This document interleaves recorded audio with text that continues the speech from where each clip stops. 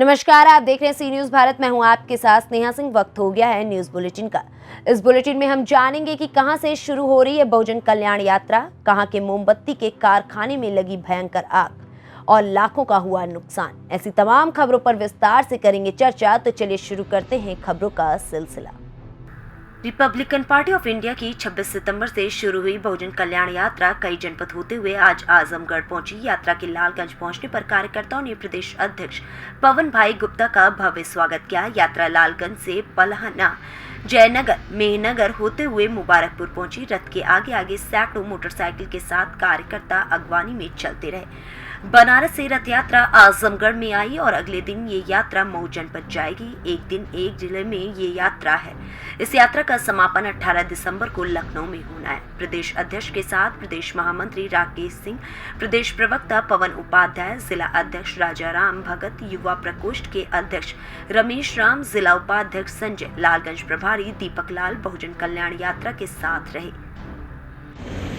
Republican party of India अपनी जगह को मजबूत कर रही है संगठन के माध्यम से कि सदन में रिपब्लिक यात्रा का शुरुआत 26 सितंबर से शुरू हुआ है सहारनपुर से। एक दिन एक जनपद होते हुए आज हम लोग आजमगढ़ में हैं और इसके आगे कारवां बढ़ते जाएगा। 18 दिसंबर को एक बड़ी महारैली हो रही है लखनऊ के अंदर और Republican party of India central में बीजेपी के साथ अलायंस में गठबंधन की चर्चा बहुत बातचीत हो रही है और आने वाले समय में गठबंधन करके बीजेपी आरपीआई के चुनाव साथ देखिए जो सीटें बीजेपी के पास नहीं है हम तो उसके मामले में लगा रहे हैं। जो सीटें आपके पास नहीं। आजमगढ़ से सी न्यूज संवाददाता सादिक उस्मानी की रिपोर्ट। बदायूं के कस्बा बिसौली में बिलसी रोड पर एक मोमबत्ती बनाने वाले कारखाने में भयंकर आग लग गई, जिसमें रखे सिलेंडर धमाके के साथ फटने लगे।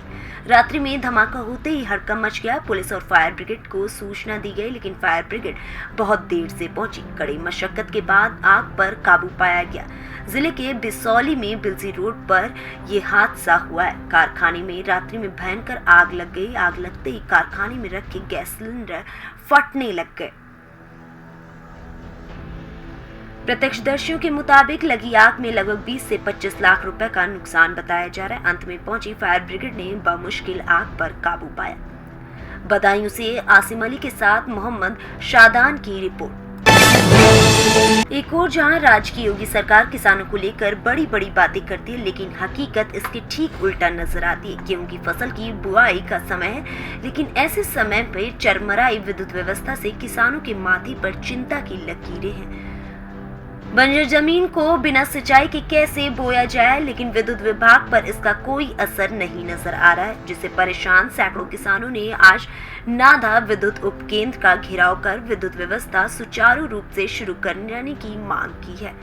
दरअसल ग्रामीण इलाकों की बिजली व्यवस्था इस कदर चौपट है कि बमुश्किल घंटे 2 घंटे ही बिजली सप्लाई मिल पा रही है, जिससे किसानों की फसलों की सिंचाई नहीं हो पा रही। बिजली न मिलने से गेहूं की फसल की बुआई भी किसान समय से नहीं कर पा रहे, जिससे परेशान सैकड़ों किसानों ने बिजली घर पहुंचकर अपनी समस्या रखी, लेकिन समस्याओं को सुनने कोई अफसर बिजली घर नहीं पहुंचा, जिससे किसान मायूस होकर घर लौट गए। वहीं किसानों का साफ कहना है कि यदि उनकी समस्या का कोई निस्तारण नहीं हुआ तो मजबूरन उन्हें सड़क पर उतरकर बिजली विभाग के खिलाफ आंदोलन करना पड़ेगा, जिसका जिम्मेदार स्वयं बिजली विभाग होगा। क्या समस्या है? बिजली की समस्या है। कब से बनी हुई? बिजली टाइम से नहीं आ रही, बत्ती आना रही है, खेत परिवहन पड़े। बताओ किसान क्या खाएगा? तार गले गलाए टूट जाते। तार जो है कि गले में टूट जाते हैं। अब यही महीना है, फिर क्या खाओ किसान? नवंबर को महीना निकल जा रहा हो, बुआई को टाइम चल रहा हुआ, बिजली मिलना रही टाइम से, क्या करेंगे? सरकार बिल्कुल बेकार है, बिल्कुल पूरी तरह दुरुस्त है सरकार। तमाम किसान बिजली का क्या समस्या है? देखिए समस्या ये है कि सारा किसान ये देखता है कि ये समय हमारा बुवाई का है और सारा किसान दीपावली के बाद सारा खेतों में खुले आसमान के नीचे पड़ा हुआ है। कोई भी बिजली विभाग का कोई नहीं सुन रहा। बार बार अवगत करा दिया, किसी ने ये नहीं सुना कि किसानों की समस्या क्या है। नेता बड़ी बड़ी बातें करते हैं कि हम ये कर रहे हैं, 24 घंटे लाइट दे रहे हैं या 26 घंटे लाइट दे रहे हैं। यहाँ आके तो देखे किसान कितना परेशान है। हवाओं में फार करती है सरकार। नेता यहाँ आने के बाद स्थानीय नेता है, कोई भी यहाँ सुध लेने नहीं आता है। जब पार्टी का बता देखिए, और यहाँ पे हमारी जो जर्जर लाइनें हैं, कोई भी लाइन बदलवाने नहीं आ रहा है। किसान से आए दिन FIR कराई जा रही है कि बिल जमा नहीं करते। बताइए, किसान बिल जमा करे, अपनी खेती को भरे। बदायूं से आसिम अली के साथ मोहम्मद शादान की रिपोर्ट। इटावा के विकासखंड ताखा जनपद इटावा के कस्बा उसराहार में थाना अध्यक्ष गंगादास गौतम ने वरिष्ठ पुलिस अधीक्षक इटावा क्षेत्राधिकारी महोदय ग्रामीण के निर्देशानुसार कस्बा उसराहार में फ्लैग मार्च निकाला। कस्बा उसराहार में थाना अध्यक्ष गंगादास गौतम अपने सभी पुलिस बल के साथ कस्बे में फ्लैग मार्च करते हुए नजर आए। इसके साथ ही व्यापारियों की दुकानों को भी चेक किया गया और व्यापारियों से बात करते हुए CCTV कैमरा लगवाने की अपील की गई। कई स्थानों पर वाहन चेकिंग किया गया, जिसमें 2 पहिया वाहन और 4 पहिया वाहन को चेक किया गया। बिना helmet, seat belt, driving licence और 2 से ज्यादा सवारी होने पर चालान भी किया गया। इटावा से सी न्यूज संवाददाता नीलेश की रिपोर्ट। थाना सरायकिल क्षेत्र के बसुहार गांव में धर्मपाल व रामकिशोर की जमीन पर थाना अध्यक्ष सरायकिल दबंगों से मिली भगत करके जबरन निर्माण कार्य करवा रहे हैं। कल रात से लेकर अब तक लगातार निर्माण कार्य जारी है। वहीं इस मामले में 2019 में सरकारी बंटवारा के लिए वाद न्यायालय में विचाराधीन है और 2019 में स्थगन आदेश पारित है। विपक्षी फतेह बहादुर सिंह आदि अधिकारियों को गुमराह करके गलत आदेश दिखाकर निर्माण करा रहे हैं। वहीं थाना अध्यक्ष की शय पर रातों दिन काम चल रहा है। बता दें कि इस मामले में पुलिस अधीक्षक कौशाम्बी ने थाना अध्यक्ष सरायकिल को निर्माण कार्य रोकने के लिए कहा और उसके बावजूद भी अभी तक कार्य धड़ल्ले से जारी है। इस मामले की शिकायत उच्च अधिकारियों से भी की गई है, लेकिन अभी तक कोई कार्रवाई नहीं हुई है। कौशाम्बी से सी न्यूज संवाददाता हर्षित मिश्रा की रिपोर्ट। यूपी के गजरौला नगर के नवादा रोड निवासी एक मौलाना का महिला को बेरहमी से पीटने का वीडियो सोशल मीडिया पर जमकर वायरल हो रहा है। जी हाँ, वो महिला और कोई नहीं बल्कि पीटने वाले मौलाना की बीवी है। वीडियो में मौलाना अपनी बीवी को घसीट कर मार रहा है, जबकि पास में खड़ी एक महिला ये सारा मंजर देख रही है और महिला को बचाने का काफी प्रयास भी कर रही है, लेकिन मौलाना अपनी दबंगई से बाज नहीं आ रहे हैं और अपनी बीवी को बेरहमी से पीट रहा है। पीड़िता आयशा ने बताया कि उसकी बच्ची जीने से नीचे गिर गई थी। फिर क्या मौलाना ने अपनी बीवी को बिना कुछ कहे मारना शुरू कर दिया और गंभीर रूप से घायल कर दिया। पड़ोसियों द्वारा परिजनों को सूचना दी गई। परिजनों ने जाकर देखा तो आयशा बेहोश पड़ी हुई थी और मौलाना आयशा को घर में अकेले छोड़कर फरार था। परिजनों द्वारा आयशा को बेहोशी की हालत में निजी चिकित्सक के यहाँ भर्ती कराया गया, जहाँ डॉक्टरों द्वारा आयशा की हालत गंभीर देखकर उसे रेफर कर दिया गया। पीड़िता आयशा का आरोप है कि इससे पहले भी कई बार उसके पति ने उसको बड़ी बेरहमी से पीटा है। नाम है तुम्हारा? जी, जो मारपीट का मामला है, क्या है पूरा मामला? उन्होंने मुझे मारा था, लड़की जीने पे से गिर गई थी, इस बात के ऊपर मारा था, बेहिसाब जान से मार रहे थे मुझे। कौन है वो आपके? मारते हैं, हस्बैंड है वो मेरे, जान से मारना चाहते हैं, कहते हैं मैं तुझे जान से मार दूंगा। बिल्कुल नहीं छोड़, बहुत ही बेहिसाब मारा मुझे। मैं बेहोश हो गई थी, उठा के मुझे यह भी ना पता चला मेरे घर वाले कब लेकर आए हैं। मुझे जब होश आया तो मैंने देखा कि मेरे घर वाले लेकर आए। बेहिसाब मारा था मुझे, बहुत मुश्किल से मेरी जान बचाई, घर वालों ने बचाया जहाँ पे मैं रह रही थी। अमरोहा से सी न्यूज संवाददाता गौरव श्रीमाली की रिपोर्ट। समाजवादी पार्टी की सरकार बनते समाजवादी पेंशन बहाल की जाएगी तो ताबड़तोड़ बढ़ती महंगाई को रोकथाम हेतु प्रभावी कदम भी उठाए जाएंगे। उक्त बात सपा नेता अदनान चौधरी ने कुर्सी विधानसभा के फतेहपुर कस्बे में कंबल वितरण कार्यक्रम के दौरान कही। बता दें कि नेता व पूर्व मुख्यमंत्री मुलायम सिंह यादव के जन्म दिवस को सपा नेता अदनान चौधरी ने सादगी के साथ मनाया। गरीब महिलाओं और जरूरतमंदों को कंबल वितरित किया तो सभी ने नेता की दीर्घायु होने के लिए प्रार्थना की। इस दौरान अदनान ने कहा कि नेताजी जब मुख्यमंत्री थे तब रोजगार की बहार लगा दी थी। जिन्हें रोजगार नहीं दे पाए उन्हें बेरोजगारी भत्ता दिया। सभी का सम्मान, सभी को साथ लेकर चला। पर वर्तमान भाजपा सरकार ने लोगों को बांटने का काम किया। विकास तो हुआ नहीं, बस धर्म जात की बात करके लोगों को भड़काया जा रहा है। पूरा सूबा जान चुका है कि आने वाला समय सपा का है। आज कुर्सी विधानसभा क्षेत्र के फतेहपुर तहसील पे हम सब के नेता, पूरे हिंदुस्तान के नेता, धरतीपुत्र आदरणीय नेताजी मुलायम सिंह यादव जी का जन्मदिन था। जिसको हम सब नौजवान साथियों के साथ हर्ष उल्लास से गरीब महिलाओं को कंबल वितरण करके मनाया गया। बाराबंकी से सी न्यूज संवाददाता सूर्यकरण सिंह की रिपोर्ट। बाराबंकी में बस ड्राइवर ने युवक को बस से फेंका, युवक गंभीर रूप से घायल हो गया। वहीं सीएचसी से जिला अस्पताल उसे रेफर कर दिया गया। लौधौरा चौराहे के पास खड़े युवक से बस ड्राइवर से कहासुनी हो गई थी। युवक बस पर चढ़ा ही था कि बस ड्राइवर ने उसे बस की स्पीड बढ़ा दी और कुछ दूरी पर पेट्रोल पंप के पास युवक को बस से नीचे फेंक दिया। घटनास्थल से चंद कदम पर पुलिस चौकी है, उसके पास ही लोगों ने बस का पीछा किया, लेकिन बस ड्राइवर बस सहित फरार हो गया। थाना रामनगर के महादेवा मार्ग पर लौधौरा चौराहे के पास का ये पूरा मामला है। अरे लोधेश्वर महादेवा चौराहे पे ये फल की दुकान पे रुके हुए थे और भीड़ तो शाम के टाइम होती है चौराहे पे।